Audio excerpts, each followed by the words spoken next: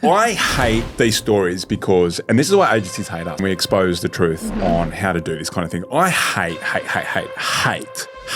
hearing about studio owners, good, honest, hardworking people being absolutely fucking reamed and they open with fucking trials instead of members. That is such an epic fail. Can we nail the biggest mistakes that we typically see when people try and open, but they fall on their ass? Most people when they're opening because they don't know any better and had really no strategy because she was going in blind. She's opened her studio and she's realized that the 100 plus members that this agency sold for her actually thought they were on a trial. She thought that she was gunning it. She thought she had 100 members and she had 100 trials. Get fucked. One of them is just being in a franchise and just sticking the sticker on the wall and hoping that HQ is going to do it for you. Yeah. What works in Burleigh may not work down in Ballina. The number one mistake I see is that they don't nail their storytelling and bringing the community along. Who are you? What is your story? Why are you doing this? Why you? What is special about your concept and kind of what's the mission that you're on and what are you building for your community? The storytelling around this phase is not just awareness, but it's awareness and trust building. It's building that intrigue, curiosity. Remember, you've only got one chance to nail profitable open. If something is going to fuck up in a pre-open, It will. it's going to fuck up. Something's going to happen. Let's give these guys the actual formula on how to open at a profit on day one so that it saves these guys from a studio opening fail and 3, 6, 9, 12 months, 2 years of bleeding money every single month. So, why do you look so pissed off? We've had multiple people, but one in particular that I want to share with you who has joined the program after freshly opening her studio. First studio or second studio? First studio ever has come from an agency who has completely fucked her over. So what happened? Give us the rundown. She had this done-for-you agency like most people when they're opening because they don't know any better, and had really no strategy because she was going in blind and just fully trusted this agency who was generating the leads and making the sales on her behalf so that she could go and focus on whatever else, there's heaps to do. It's a common thing, right? When someone's opening a gym, they just focus on opening the gym and they look for someone to help with some leads and sales, right? It's kind of like an afterthought. Yeah. Anyway, so she's opened her studio and she's realized that the 100 plus members that this agency sold for her actually thought they were on a trial. Get fucked. And they were upset at being charged more money after the first week, and she's had a mass exodus. So she thought that she was gunning it, walking into this almost full studio, couldn't be further from the truth. So, not only are they not paying enough, they think they're on a trial. It's fucked her reputation up a bit, and she's got all these people that she thought she was going to bank on as income. They're gone with a bad experience, bad taste in their mouth. Yeah. So she thought she had 100 members and she had 100 trials. Yeah, and no accountability from the agency who, she realized I've got to do something about this. So that's why we met her. She's like, I can't be having the wool over my eyes from an agency ever again, and I need to take control. So obviously she wants to learn how to do it herself. She's come to us. Even that process was just weird.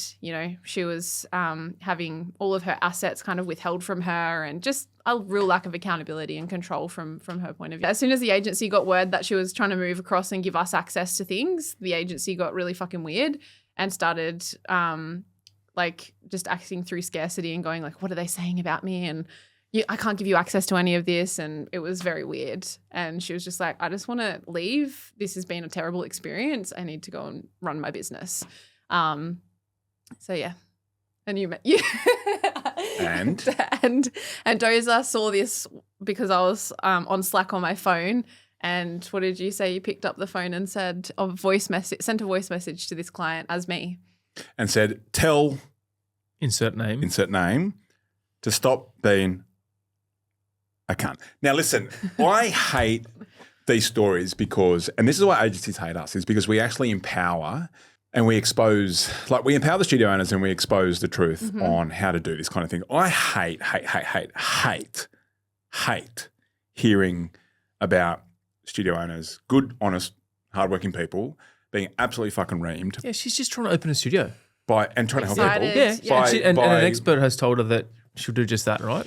And they take their fucking money, zero accountability, and they open with fucking trials instead of members. That is such an epic fail. And let me tell you this one thing, right? You've only got one fucking chance to open well. You can't do a redo. No.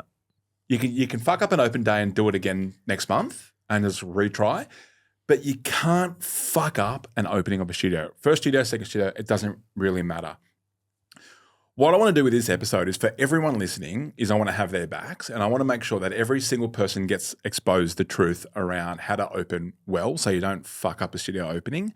For anyone that's thinking about opening a studio or opening a second, we've got so many clients of ours that are expanding and they're opening their second studio, which by the way, how often do you hear out there in the real world, how often do you hear about people expanding at the moment? Yeah, it's like they're shutting down, they're not expanding.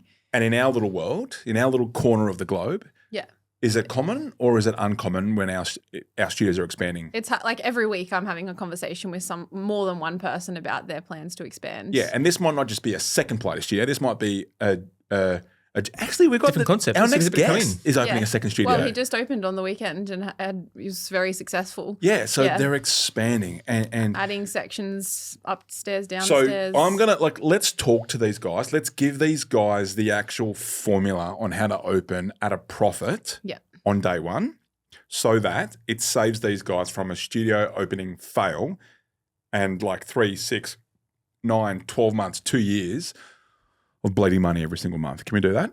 We absolutely can. I want to add, I feel like this is kind of like one of our best kept secrets, that we actually are really fucking good at helping studios do this, because it's not our bread and butter hero program, right? But we've got a bunch of studios who are going through it right now, and we've helped HQs do it with their franchises as well. And we've got this it's a sexy little formula. So can we go through the actual formula of a profitable pre-open? Not yet. Yeah, first, can we nail the biggest mistakes that we typically see when people try and open, but they fall on their ass? Yeah. Can I start? Yeah, please. What did you do? Oh, fuck. We did nothing. We just backed ourselves. We were bright-eyed, bushy-tailed. We saw the HQ projections on the Excel sheet. We're going to get 3 members a week. For 6 months, we're going to have 180 members. So we stuck the sign up on the wall. My mum painted the walls for us. True story. Opening day, HQ came down with a busload of people, and we're full on day one. We're like, God, this is going to be easy. December the 6th, Saturday, 2014. This is going to be easy. And then on Monday, it was me and Dozer in the gym, and our 2 trainers. We're like, okay, this is where's all the people from the weekend? We didn't know what we didn't know, right? So we didn't know that we should have done some pre-open marketing. No one was doing it back then. No one was doing it back then. This is over 10 years ago. So we just hustled our way, fucking walking down the streets, knocking on doors. We're at the Glebe markets, handing out flyers. We just did whatever it took. Heavy organic stuff. Those first 30 members we got, they all gave us a referral. Yeah, it was slow. It was slow. It was hard. We spent, even though we had, the only saving grace there was we had that rent-free period from the landlord. But otherwise we would have been fucking cooked from day one. And a lot of people that come to us, that's almost, that is what happened to them. Or if they didn't run this formula, that is absolutely what would have happened. What other mistakes do you see? Okay, so out there in the market, I think the number one thing that in this day and age, where it's the trust economy, it is building trust in the market. Yep. The number one mistake I see is that they don't nail the storytelling and bringing the community along with them in the content and the story arc of why they're opening the studio, documenting that, painting the wall. We've got so many of our epic clients. Shout out to Cento Club. They've got a big vision. I won't reveal it now because I'm going to bring them down and we'll do it in person. But they've got a big vision and they're telling that story as they're opening this thing up. And I guarantee they're going to, mix that in with some of the science that they're executing with the stuff that you've been working with them on. I know they're going to kill it down there. Versus just throwing a discount on an ad and just going, join now. Who the fuck's this guy? Who are you? Why should I join? Why you got an example, don't you? Without naming names, I've absolutely got examples. The PTs. Yeah, I've got. So just split the difference out there between what. Well, I'll just add to that the biggest example we constantly go back to with personal branding and building up hype is that I know we've talked about it before, but Gracie's Wine Room, and people seem to have this click moment when I say, she literally documented everything from getting the keys to choosing the wine glasses to going to the wine tastings to getting her friends over to paint the walls and like all the shit that happened along the way.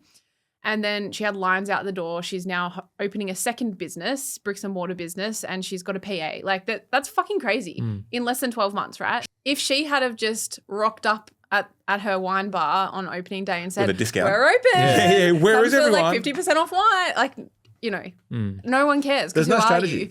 So in the same sense, when I have someone doing a profitable pre-open, the percentage execution that they give is the percentage result that they will get. So I've had people who have gone through this and like with anything, they put 20% in and they get 20% full.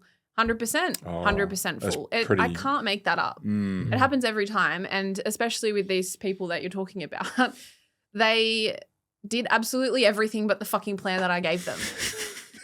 Oh, jeez. I mean, we laugh because what else can you do? Like I felt we can't do it for them. Convincing these guys that they needed to grow their business before, like that they needed to do this.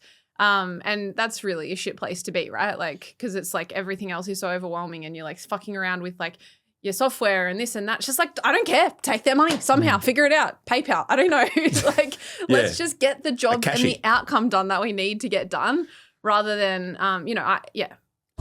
that's what the audience. the issue Two other is. things that I know don't work.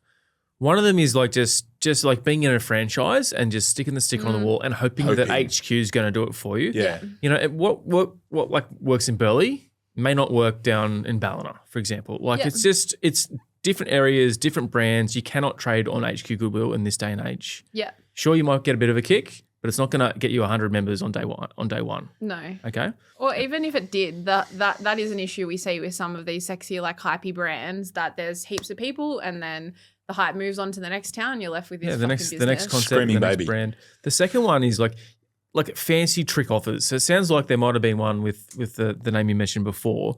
But there's one sort of big franchise out there now, and they use a bit of a trick offer. I can't even explain it. So it's that hard. And again, these people that they think they're signing up for some kind of trial or intro period or something, and then it automatically converts into a membership, which is illegal. Yeah, and look, the studio owners think that they're opening up with members, and what happens on day one is, you know, the model for this particular franchise is to open with around 200 members, okay, which is not just break even, that's profitable from day dot. What happens in effect, in reality, is maybe 150 of those people come in once or twice, and as soon as that second or third payment comes through, they're like, whoa, what's going on here? Like, I just signed up for a trial, and these studios actually open up with about 75 members. So 200 to 75 happens pretty quickly because there's a convoluted offer. Yeah, that someone sold them. Or those franchise. There's a franchise that like basically their KPI is a huge percentage of churn, which is unacceptable. As in like the message from HQ is we're okay. Like the threshold is we're okay if you get 25% churn in the first 1 to 2 months, which is like, hang on, what did you say?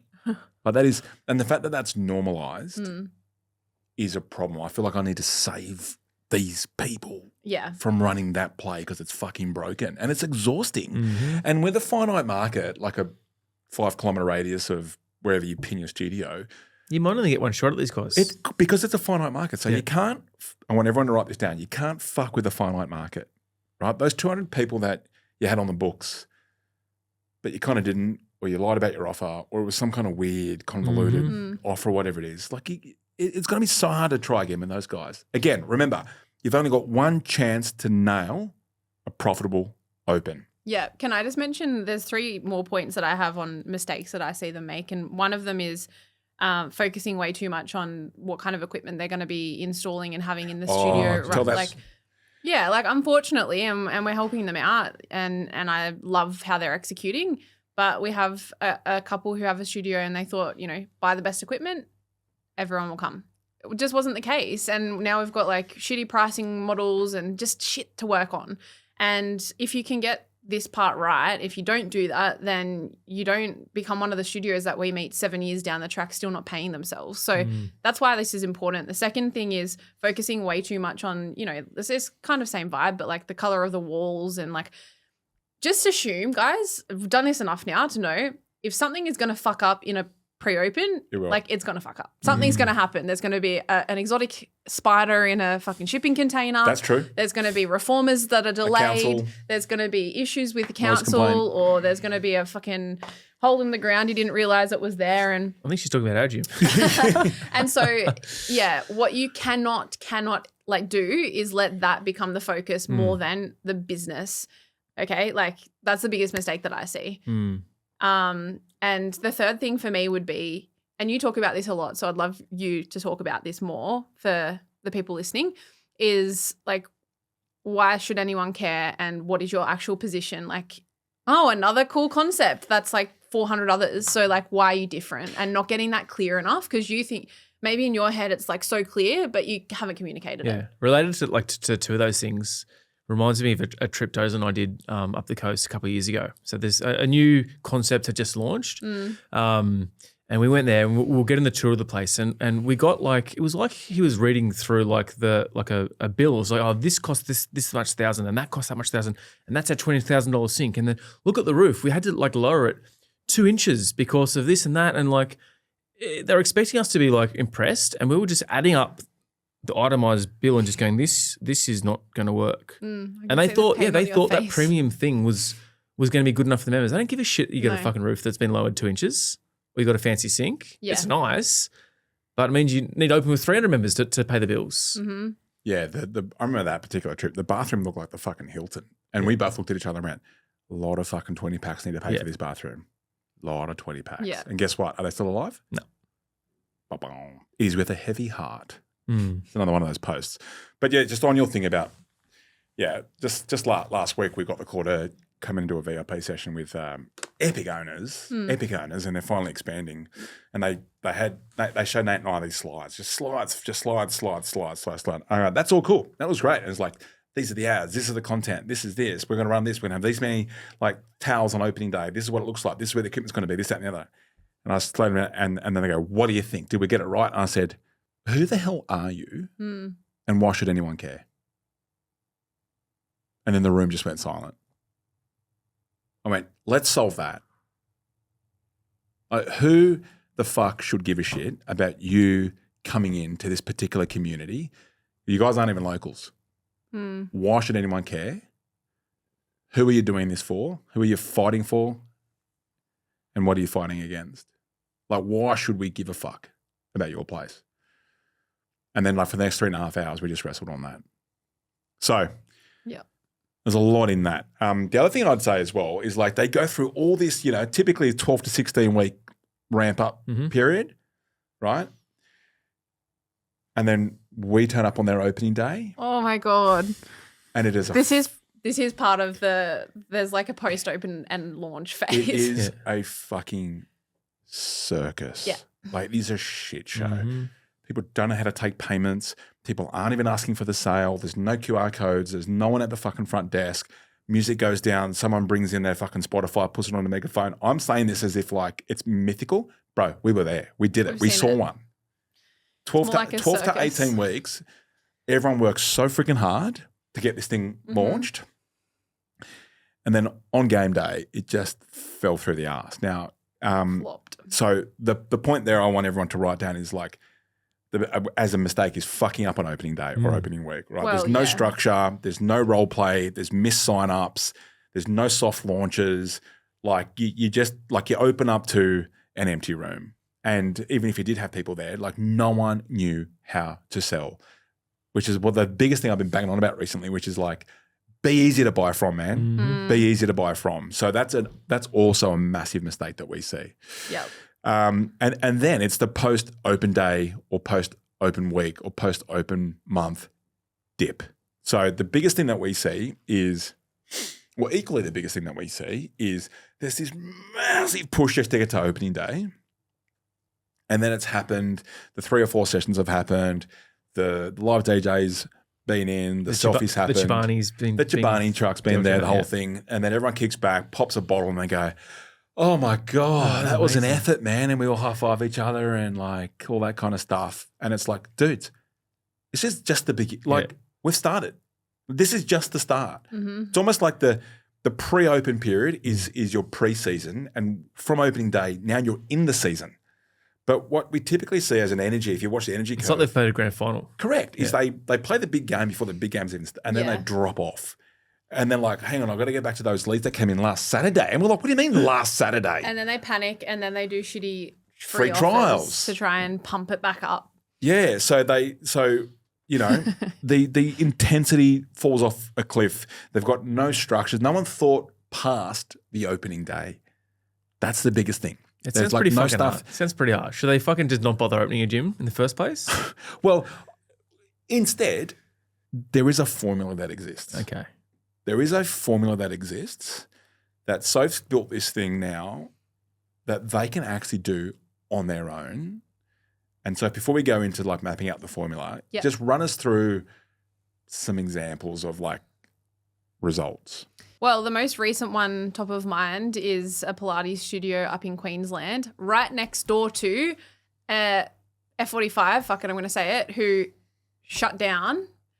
So like... Oh, as in like, you might was it the market? Yeah, it's a markets issue. Anyway, they're literally just about to actually do their grand opening, but they followed all of the different phases in this to, like I said before, like 100% execution equals 100% full.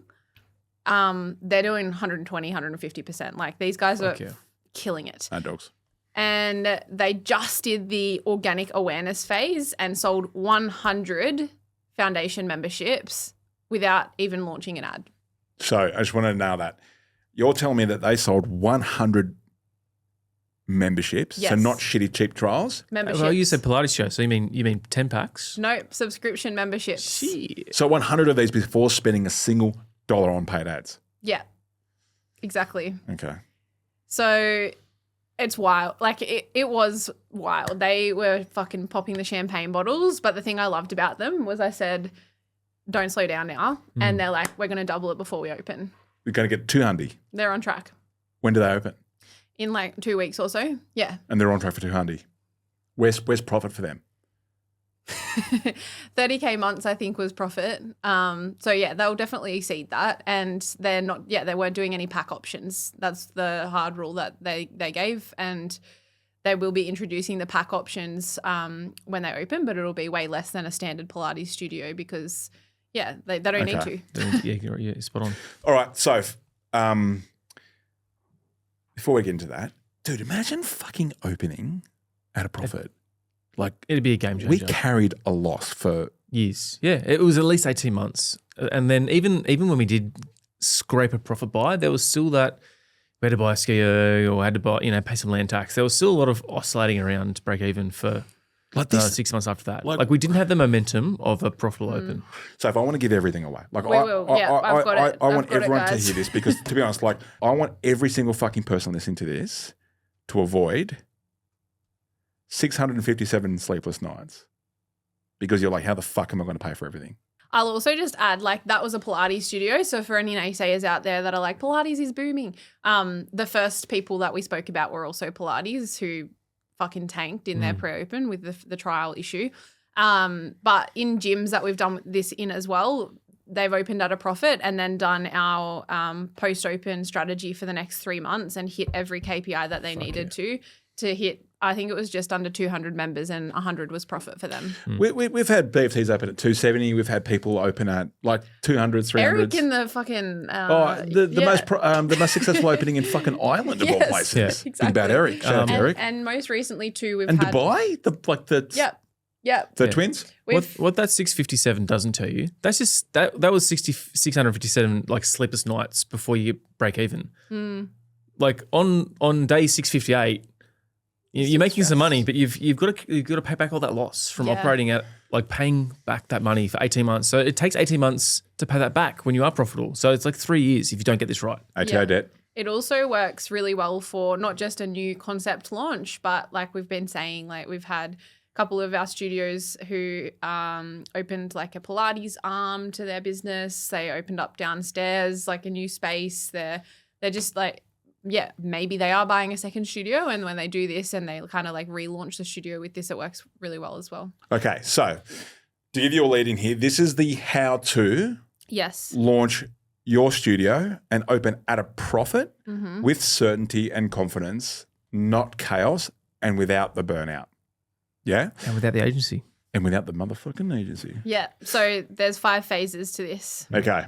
Tell you, everyone, right, pull over, fucking do whatever you need to do. Notes.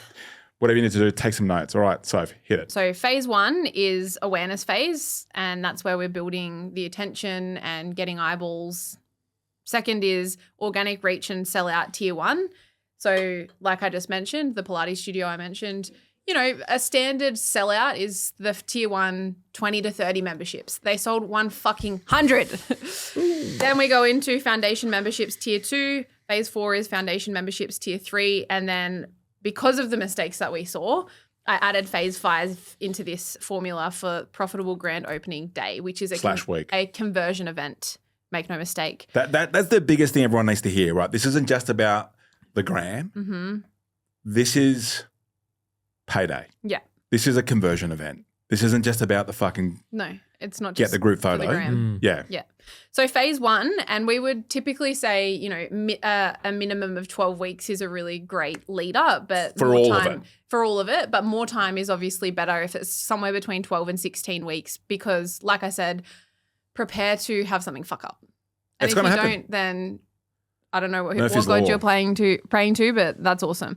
So the awareness phase, the whole outcome that we're trying to achieve here is to build a list of leads that sit in your CRM who we can build a relationship with via email, and also just to get eyeballs on the fact that this concept is coming. We're not selling anything. All we're saying is this thing is happening. Here's a few things that you need to know about it. And we're starting to build a bit of a following and some attention. That's literally it. The conversion from this phase, which goes for about 5 to 6 weeks, the more organised the better. The currency from this phase is to build your email list. Yes. You want to take the sort of rented audience that we're all renting off Zucks, take that rented audience and make it your asset so that you've got a room of people to speak to who actually give a shit rather than just turn up on open day and go, anyone, 50% off. Yeah, exactly. Yeah. So VIP list, and this is where you're setting things up in terms of your socials, and you're probably getting all your branding like just where it needs to be. And the emails that I want people to start writing here is like what you said. Who are you? What is your story? Why are you doing this? Like, why you? What is special about your concept, and kind of like what's the mission that you're on, and what are you building for your community? Yeah. Now there's levels to this. Mm-hmm. Okay. There's the level 1 of this is coming soon. And it's a bit like, Yeah. Okay, cool. All the way up to, some of our best studios are filming documentaries. Yeah. Long form stuff on YouTube. It's on their podcast. They're building up, the storytelling around this phase. It's not just awareness, but it's awareness and trust building. It's building that intrigue, curiosity.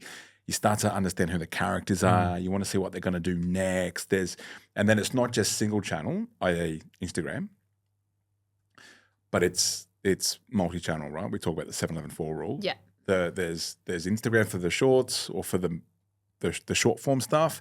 Then there's some longer form stuff on YouTube, which more and more people are moving to YouTube. And then they take that relationship and they go one-to-one on emails. Yeah. So already, awareness phase for 5 weeks, build up a foundation of people to speak to, know, like, and trust. You're sort of cranking up that trust factor in the market. Exactly. So that just like, in this phase, there's probably a lot of behind the scenes stuff happening. So my best students are filming when they pick up their keys, signing the lease, opening the door, doing a walkthrough for the first time. The Pilates studio that I spoke about before, they like, what I love was it was just so authentic to them. Like she was getting excited and like come have a look at all these people who are signing up to our VIP list. It's already like full. I can't believe it. Just having a glass of wine on a Friday. Like people love that because they get to connect with her. Yeah. And they even did that they went away to Europe during this. They'd planned that before they knew that they were going to open a studio, and it was like building a business from fucking Europe. Fuck. And they were documenting that. That's pretty epic. Yeah. Shout out to Capo from Tribe. When they went from 1 to 2, which was 11 years in the making, when they did 2, it was a massive, like what they did was, and again, there's levels to this, guys. Back to what Sophie said, if you put 100% in, you're going to get 100% out. Kappa basically got like heaps of members, like his OGs, to wear these orange shirts. They got picked up at the Studio One. They went to the train. They all caught the train at 5 o'clock in the morning, and they went up, crossed the bridge, and they all kind of walked in droves. And it was all filmed, drones, the whole situation, as they all sort of walked up to, for Capo and Dicey to reveal the for sale sign, but like it was changed to tribe number 2 is coming, right? Awesome. In front of this new site, in front of all their members that they wanted to say thank you for. Everyone was dressed in tribe gear. And it was just it was a visual hook. If you were anywhere in the community on that 5 o'clock on whatever day that fucking was, something's happening. Yeah. But it was also then like on But like you compare that to an ad with $20 a day behind it that said coming soon. Black and white graphic. Yeah. Well, no, it was not just that. Like that's actually, it's cool, but it's also strategic because then you're looking at it going, hey, I know that. What's this train station if you're local? And Yeah, you don't know what the right. fuck's Or I going know on? that person. Yeah, exactly. So And the engagement underneath that post on Facey went through the fucking roof. And if you have half a brain, you probably go, I'm gonna put some money behind that to send it out to everyone else in the area Which that they knows did. about it, which they did. So awareness phase, building the email list, starting to document some of the behind the scenes stuff and who are you, what is this concept and why should anyone care? We're building up a bit of an audience here. So in this phase, we also just kind of start to get some of this is a bit of detail, but some of the relationships with local businesses formed because of the next thing that we're going to do and start to learn how to make sales, which is, fucking crucial. Phase 2 is do you have any other things that you want to add on that? Well, my warning for phase 1 is it's easy to get lost in the builders, the trades, call the electrician, move date's been, the open date's been moved 1 or 2 days. Like it's easy to get lost in that stuff. Yeah. Like we are not immune to that. We understand we had to do the same thing as well, right? We were getting our site plan fucking signed off by HQ. Like we get it. We get it. But you just got to try your best to think content first. Yeah. Content first. This isn't about there's an ad running somewhere in the background will be sweet. No. You've got to, like nothing else fucking matters until you open with members. Yeah. But like the other thing is you don't need to overthink that, right? Like she was already having a wine, checking what the fuck was going on. All she did was set up a camera. Yeah. It doesn't need to be too crazy. All right. Phase 2, organic reach and sell out tier 1. So the outcome of this phase is to basically like generate signups onto your foundation memberships and you must sell out of tier 1. You have to sell out. This is about like creating some FOMO, but all organically. And we call these the friendlies because it's your usually friends and family. I'm probably like, we have actually missed a step, which is you actually, might seem no fucking shit, but you need to figure out what your profitable open target is and what are the tiers. What are the tiers? How many in each tier? So for most people, 20 to 30 of their most appealing membership offer is tier 1. And what we do here is, should we tell them literally everything about this competition? Oh, I see what you're saying. I reckon for the interest of time, I absolutely want to give this away. Yes. But if you guys, so we don't run out of time here, I want to make sure we get to the end of these 5. Yeah. If you want to know more about the plan to open at a profit, go to my Instagram, hey.dozer. There's a purple photo there now. Anyway, hey.dozer and just message me profitable open and we'll walk you through the plan. Yeah, sick. Main thing here is in this phase, we run a competition strategy to bring as many eyeballs organically to your page as possible. Really hype up with all this attention when tier 1 is going to launch organically on your stories. And this is something I will give you in this episode. When you do launch it, you have to sell out with maximum within 15 minutes. Even if you sold 10, you've fucking sold out, okay, guys? Like we need to create FOMO because when we launch tier 2, it's like, we sold out in 15 minutes for tier 1. You need to jump on this. So this has worked every single time, but it's going to be a combination of getting your friends and family to sign up and leveraging your local connections as well as your email list and driving attention to your socials for this. Yeah. There's definitely nuance to that, and there's some ninja moves that we love talking to people about. But let's get to phase 3. So we've built a massive list. There's a following. There's people that are watching. Oh, yeah, have you heard this? Yeah, cool. We've been documenting. Great. We've sold out of tier 1 in fucking 2.5 seconds flat. All right, now tier 2, automatically the gates have opened. Yeah. So as soon as tier 1 has sold out, we switch instantly, have it prepared into tier 2. This is the first time we're going out with paid lead form ads where we are expecting people to send their details in to receive a phone call and sell them on that membership. Call the fucking lady. And so what success kind of looks like here is selling out of tier 2, and you want to basically get to 70% full target at this rate. Like, you know, usually there's about 50 here. So you if your target is 100, you're at about 70 members at this stage. So how close to open are you at this stage normally? So this is at we run this for 2 to 3 weeks. So you're probably around halfway through here, just depending on how things all pan out. So I think you're a month out from 7, 8. Okay. Yeah. You're a month out from open. Yes. Yeah. So. And just like the confidence in knowing that we've still got 3 or 4 weeks to go. Mm. And you're 70% full. And we're 70%. Pretty good. Well, we're 70% to our profit number. Yeah. Like, I'm feeling pretty good. You know, I'm feeling pretty good about this. You're not panicky. Yeah. Well, yeah, we're not panicky. We're and there's 3 or 4 weeks, and the leads are coming in. Leads are coming in, and we're calling them, and it's so nice to speak to the people who are going to become your founding members. Like, I think that's the other thing too. Outsource that ever. No, that's the other thing too, guys. Don't outsource building your community from the start. Yeah. Don't outsource building your foundation community. These are going to be your OGs in 3 or 4 years' time. You're still going to be thanking them with like a bunch of flowers, you know, at the end of your celebration.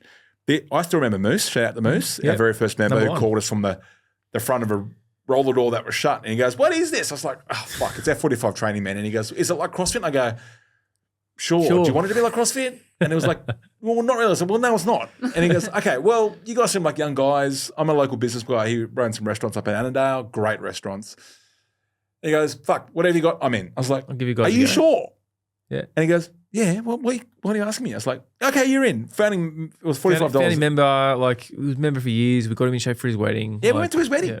That's so cool. It's mad, right? Yeah, anyway, so you don't want to... his restaurant. It's next to Chargrill Charlie. Yeah. Shout out to the vine. Yeah. So my point there is you don't want to outsource building your community from the start. You don't want to outsource those relationships at the start. This is your building blocks of like your next 300 members. But you definitely need to get to 70% full by about a month, 3 or 4 weeks out. Yeah. Then you go into... Phase 4, which is where we sell out of tier 3. Now, something at this point is like you don't just leave one phase in the past and then move on to the next one. You are still writing emails, still posting daily, stories daily. We're counting down. We need to, especially in phase 4, build this tension around the sales. You know, we're 80%, 70% full of tier 1, or sorry, I'm getting too excited. We are 70% full of foundation memberships. This is going to sell out, never to be repeated offer. Doesn't mean heavy discount. And just like really calling up all of the members in this phase as well. If you've got spare time to see if they've got referrals, and this is the kind of time where you need to sell out of tier 3. Again, audience, like we want to, like we know, we care about you guys. So like what I want you to do is not just rely on a fucking ad out here somewhere for $40 a day, $100 a day, whatever it is, and just like go about your day and start hammering your nails in your studio. I want you to like pick this camera up, pick this phone up, open up your Instagram and fucking talk to it. Yeah. Talk to it. Talk to the community. Guys, we're 70% full. Guys, we're 80% full. I need to like talk to it, right? And when you say, when you're talking to the camera, when you're talking to the audience, talk to one person, not to a crowd, because it just feels like so much more intimate. So there is, we've never seen content matter so much than what we're seeing now. It used to just be, we've got some ads going, we'll be right. Yep. That could not be further from the truth because the way people are buying has completely changed. We're looking for people to trust, and we're looking for a person to trust more than we are a company or a logo to trust. So in this phase, it's where we go definitely still lead form ads, and we're still building that tension up and that hype and FOMO of this thing's going to fucking sell out. And we're 7, 6, 5, countdown, how many days from open. The other ways that we're getting sales is through sell by chat on Instagram because we're still building our audience over there, and also from again, calling the founding members and giving them referral offers. Yeah. And soft launching as well. Great. For the gangsters, they will, from 4 weeks out, they will be doing something every week to activate their community, whether it be a Wednesday night run club, a Saturday session just outside with whatever we've got, or something like that where the founding members can come and test it out, feel a little bit special, and then also bring friends who can then be signed up as referrals. Collab with the local, health food cafes or the running shoe stores. Cento's doing it with a really up-and-coming bakery at the moment, and they've actually taken reformers outside of the studio in front of the bakery and doing content there because they're doing an activation. Cool. Could you imagine me doing that? Oh, Nate. In front of a bakery in full crew. But anyway. So that is what's going on there. Definitely soft launch for the 1 week leading up to it because role play. You do not want to be practicing on the fucking open. You can't. That's the hook. Stop practicing on your open day. Role play, role play, role play. Get the structures right. Rehearse. How are we going to sign people up? Send 20 people through and go, okay, where does everyone get? Because that's what happened when we saw the one up. Yeah, where does everyone stand? Who's checking people in? Who's signing people up? Who's saying goodbye to people? Remember the clusterfuck of like when one class came in, the other class came out? It was like... Yeah, and like even little things like, oh my God, we've got 2 doors. Which way do you go in? Which way do you go out? Like, there's like the crowd control mixing in with like trying to convert people on the opening day is you got to get that dial before we go anywhere near the actual open day. I feel like I just need to read this out. So the outcome of your open day is to create a massive festival vibe referral drive. And you might also do a special offer to land that last kind of 20% of signups if you haven't already hit your target, but give people something to buy. Either way. Make no mistake, this is a sales event. Do not take your foot off the gas just yet. Use this day to your advantage and close down anyone who is on the fence. So yes to all the role play. Yes to having options for people to either capture details and you call them later or sign them up straight away. It's awkward when you go into a new space and you're like, where the fuck am I meant to be? Like, have a table for them, have someone who's assigned to that role. But also, you must, don't skimp out on having a videographer there. This is a huge moment for you to capture stuff. Create FOMO by having someone's role just be capturing and posting live on socials. And don't just get hype shots, which will be great for your marketing plan for the next 3 months, but also mic'd up sessions, talking through the cool down. Like, thanks so much for being here. This is what it means to us. All of these amazing little bits and pieces. There's so many moments that we've documented. Yeah. That's part of this plan. They're magical moments you don't want to miss. And this is where you can talk to the crowd as they're cooling down, as they're warming up about why this place exists and why you're so pumped that everyone's in the room. And together we're going to create this movement and like all this kind of stuff. Little side chats with a new member who's like, I can't believe you guys are here. Like, this is everything I've been looking for. So nice to meet you. We spoke to you the other day. Yeah. Took your money. All right. So we've got the 5 phases. We've got the awareness phase, the organic reach and sellout phase 1. So now we've got those 5 phases. We've got the awareness phase. We've got the organic reach and sellout of tier 1. Foundation memberships tier 2 to sell out, foundation memberships for tier 3 to sell out, and then we've got the profitable grand opening day. And if you need it, week. So that's the formula, right? Yeah. And it's all mapped out on a little spreadsheet. We know how much everyone loves spreadsheets, and there's specific things that everyone does at each particular stage. We're almost wrapped up here. Can I just you could do all of that and still fuck up if you don't do these next 2 things. The first thing is you don't call the fucking leads. I knew you were going to say that. You can get 1,000, like we've had people that have had 1,000 leads in the 16, 18 weeks and they still open at a flop because they never call they got too busy on a fucking hammer and a drill to call the fucking leads. Have we not seen that? Sadly, we have. Yep. All right. And number 2, they have no idea what the numbers are and where they're up to. And they're not reverse engineering, hammering down to that open number. Whenever you got that number that you want to open with, we're at 200, 167, 216, I don't care what the number is, you need to stare at that fucking number for 16, 18 weeks and you need to count that thing down. Yeah. Like that is your enemy until you open at a profit. Otherwise, like I said, you've only got one chance to open well And this is your chance. It's you versus that number every single day. You're chipping away at it. We call that the boat chat, right? It's like the reverse Scoreboard. countdown scoreboard. And your whole team's around it. Everyone knows. Like we are just hammering towards that number. That intensity is the difference between not worrying about being broke for the first 657 days or making the same mistake we did. But back then, there was no fucking plan. No one had the plan. No. Now we have the plan. We have the Proven scratchy. in multiple countries, concepts, types of people with different backgrounds. Like tradies can do it just as well as someone with a marketing background can do it. All right, let's wrap this up. That was juicy. I'm so glad we did that. For the audience listening out there, please take as much of that as you can, run with it, and avoid having a studio open fail, and instead open at a fucking profit and be a mad dog. Thanks, Soph. Thanks, Benny. How do they get it? Well, if they want to see the plan, like if they want to find out a little bit more about the plan, come to my Instagram, hey.dozer, and just message me profitable open, and we'll get the team to walk you through the plan. Sounds good. All right. Well, thanks for tuning into today's episode. If something resonated with you, then do one of two things. Either leave a review or send this episode to a mate who's in the industry who might need to hear this.